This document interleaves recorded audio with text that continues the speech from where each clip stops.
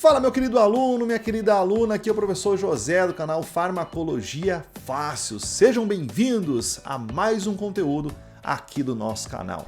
Toda semana eu gravo uma aula nova, toda semana um tema novo aqui no YouTube e que aborda a farmacologia, a fisiologia, a terapêutica de uma forma diferente.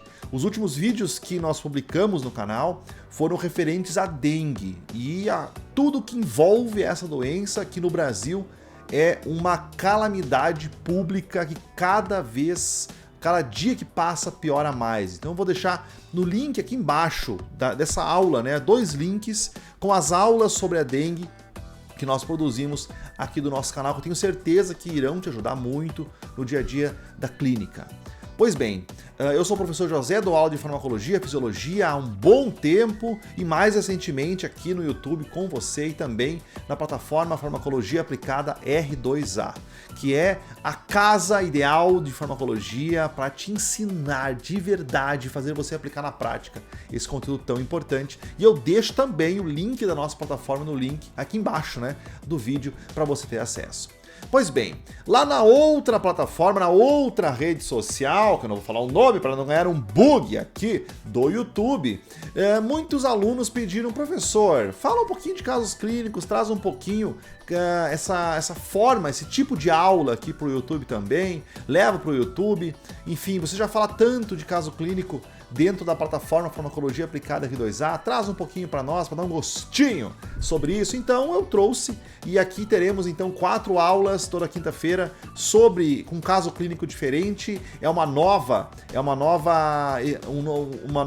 ferramenta, né, de ensino, é trazer o caso clínico e explicar minuciosamente o caso para você. Então aproveita, já se inscreve, ativa as notificações para ter acesso a todas essas aulas e não ficar de fora. Então, vamos para a aula.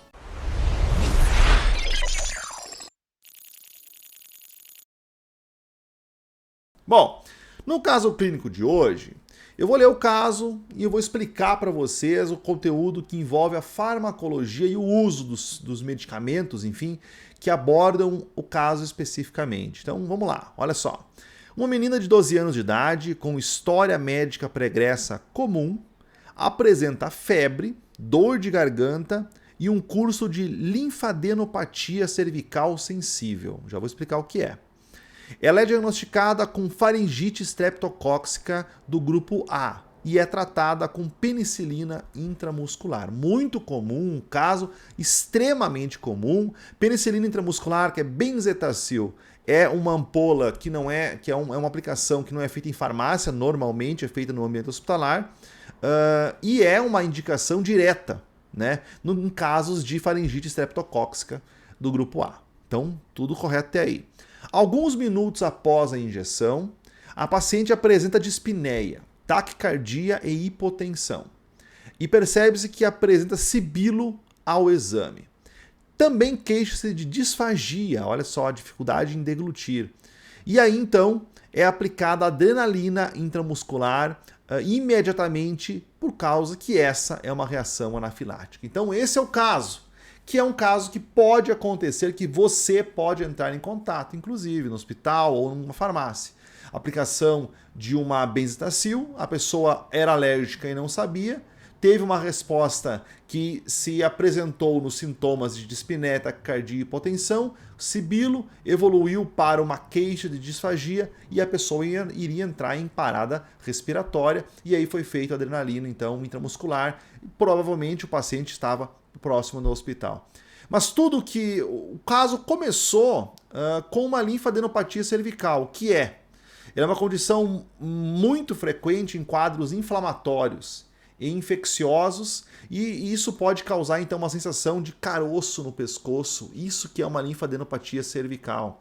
Nódulos doloridos e até avermelhados, e aí está associado normalmente a um quadro de infecção. Estamos falando então de uma faringite, né, de uma faringite streptocócica. Então, a infecção causou a linfadenopatia cervical. E aí, essa condição tratada com penicilina intramuscular, que é uma indicação da penicilina, da benzetacil, que é uma benzilpenicilina intramuscular. Ela é utilizada para vários tipos de infecções, dentre elas né, a faringite streptocócica, mas também pode ser usada para treponema pallidum, para sífilis, né, e outras tantas infecções relacionadas.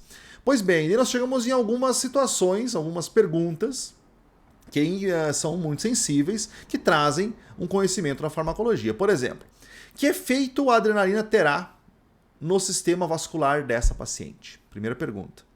Por que é usada, né? Que adrenoreceptor divide primariamente a resposta vascular da adrenalina? E que efeito terá a adrenalina em seu sistema respiratório? Além disso, que adrenoreceptor divide primariamente a resposta no sistema respiratório? Pois bem, então, vamos falar um pouquinho do que é, então, essa anafilaxia, que é a reação alérgica aguda, que ela pode ser uma reação cumulativa, que vai trazer a crise anafilática. Então, a pessoa é alérgica a algo, ela vai cumulativamente se expondo de maneira leve a esse alergênio, e quando desencadeia uma resposta ampla, ela apresenta anafilaxia. Ou um contato a uma grande quantidade de algo que a pessoa é alérgica e não sabia. Nesse caso, uma dose de penicilina. Então, a anafilaxia é uma reação aguda, imunomediada, a um alergeno, no caso desse caso de agora é a penicilina, caracterizada como broncoespasmo, sibilo, taquicardia e hipotensão. Então, queda da pressão arterial, acelera o batimento cardíaco, uma resposta alérgica e broncoespasmo, fechamento dos alvéolos, pessoal. Então, fechamento, o retorno venoso diminui, cai a pressão arterial e eu tenho uma dificuldade em respirar. Então, a adrenalina é o fármaco de escolha utilizado para tratar essa condição, pois neutraliza os processos fisiopatológicos subjacentes da anafilaxia por meio da ativação de 2 adrenoreceptores específicos, alfa e beta. Como em todas as situações de emergência, né, nós temos o cuidado ABC, vias aéreas, respiratórias e circulação. Deve ser abordado em primeiro lugar. O suporte do paciente deve ser, então, feito a partir dessa ótica. Circulação, respiração e vias aéreas é feito esse cuidado geral de qualquer situação da emergência. Ocasionalmente, a anafilaxia provoca edema na laringe, ao ponto de as vias aéreas serem comprometidas, e aí pode ser necessário, então, intubação. Colocação de um tubo na traqueia, né, se é possível, para evitar uma parada respiratória. Nessa condição, muitas vezes, é feita uma passagem de ar de emergência, pessoal, na região próxima à tireoide. Isso se chama uma cirurgia de cricotireoidostomia, para criar uma abertura, então, na pele através da cartilagem cricoide e para fazer, então, a liberação do sistema respiratório do paciente. Mas nós estamos falando de um caso grave de anafilaxia. E a adrenalina, ela é logo para evitar, então, esse quadro grave. Onde que ela age? O que ela faz, propriamente dito? Nós temos que relembrar, nesse caso, do próprio sistema simpático e parasimpático.